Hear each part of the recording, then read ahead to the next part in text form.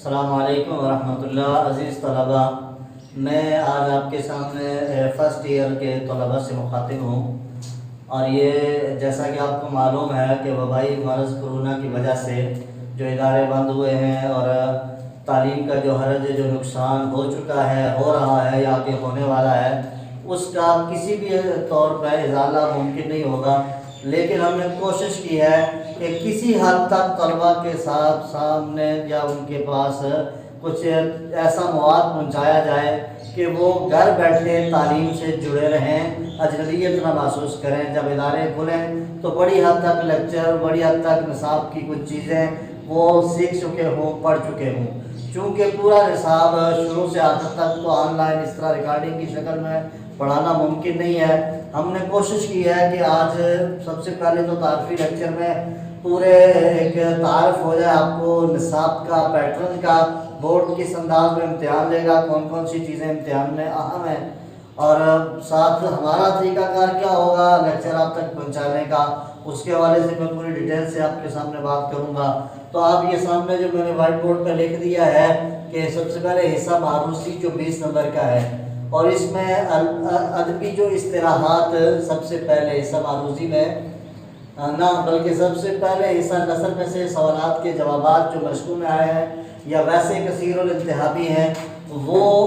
ہو جائیں گے 5 نمبر کے۔ پھر ادبی اصطلاحات مثلا تلمیح کیا ہے، استعارہ کیا ہے، کنایہ کیا ہے، تشبیہ کسے کہتے ہیں، یہ ادبی اصطلاحات ہیں، وہ پڑھاتے ہوئے آپ کو ڈیٹیل سے بتا دی جائیں گی۔ 5 نمبر کا یہ ہے۔ پھر شعری اصطلاحات ہیں، اصطلاحات شعری صاحب کیا ہے، مقطع کیا ہے، مقلع کیا ہے، ردیف کیا ہے، قافیہ کیا ہے،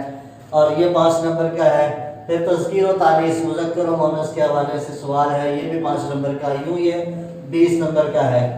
پھر آتے ہیں حصہ انشائیہ کی طرف۔ حصہ انشائیہ میں سب سے پہلے آتی ہے اشعار کی تشریح، حصہ نظم میں سے بھی اور غزل میں سے بھی، دونوں میں سے 10-10 نمبر کے آئیں گے، 10 نمبر کے حصہ نظم میں سے اور 10 نمبر کے حصہ غزل میں سے۔ اور پھر اس کے آگے سوال ہے جو نثر کے اسباق ہیں اس میں سے پیراگراف دیا ہوگا جس کو آپ نے غور سے پڑھ کے اس کے سبق کا عنوان بھی لکھنا ہے، مصنف کا نام بھی لکھنا ہے، اور سیاق و سباق کے حوالے سے اس کی تشریح کرنی ہے، یعنی اس کی وضاحت کرنی ہے۔ اور یہ ایک بات ذہن میں رکھیے گا کہ تشریح اور تلخیص جو اس وقت آخر میں لکھی ہے یہ دونوں ایک دوسرے کا الٹ ہوتی ہیں۔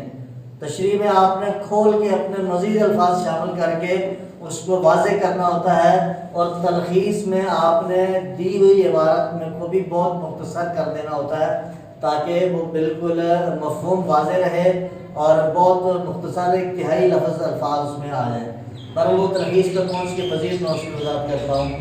تو تشریح آپ نے کرنی ہے، یہ 15 نمبر کا سوال ہے۔ پھر سبق پر نثر میں سے خلاصہ لکھنا ہے، نظم کا خلاصہ لکھنا ہے۔ نظم کا خلاصہ 5 نمبر کا ہے اور نثر کے سبق کا خلاصہ 10 نمبر کا ہے۔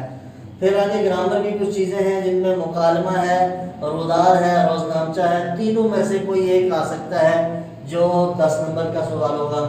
پھر درخواست یا رسید، دونوں میں سے کوئی ایک آ جائے گی، 10 نمبر کا سوال ہے۔ تلخیص نگاری جس کا ذکر میں نے تشریح کے ساتھ کر دیا، یہ بھی 10 نمبر کا ہے۔ یہ کیا ہے کہ ایک پیراگراف دیا ہوگا، آپ نے اس کا ایک تو عنوان تجویز کرنا ہوگا، دوسرا یہ کہ اس کے الفاظ کو مختصر کر کے غور سے پڑھنے میں پتہ چل جاتا ہے کہ یہ الفاظ ویسے عبارت کے آرائش کے لیے شامل ہوئے ہیں، جن کو مختصر کر کے ایک تہائی، یعنی اگر 70 یا 75 نمبر کے الفاظ کا ایک پیراگراف ہے تو 25 الفاظ پر مشتمل آپ نے اس کی تلخیص کر دینی ہے، اور یوں یہ تلخیص نگاری بھی 10 نمبر کی۔ یہ پورا پیٹرن ہے بورڈ کا جو تقسیم ہے نمبروں کی۔ اب ہمارا طریقہ کار کیا ہوگا، ہم کوشش کریں گے کہ اسی اعتبار سے آپ کے پاس مواد پہنچے، لیکن ترتیب یہ ہوگی کہ حصہ نثر میں سے جو اسباق دیے ہوئے ہیں اس میں سے کوشش کریں گے ایک دن لیکچر جو چیزیں اس میں شامل ہیں عام، مثلا سبق کا خلاصہ ہے، مشکل الفاظ کے معنی ہیں، یہ چیزیں آپ کو پڑھائی جائیں، سکھائی جائیں۔ پھر دوسرے دن دوسرے لیکچر میں حصہ نظم میں سے اشعار کی تشریح، اور پھر حصہ غزل میں سے اشعار کی تشریح، اور چوتھے نمبر پہ گرامر کی جو چیزیں نصاب کا حصہ ہیں وہ آپ کے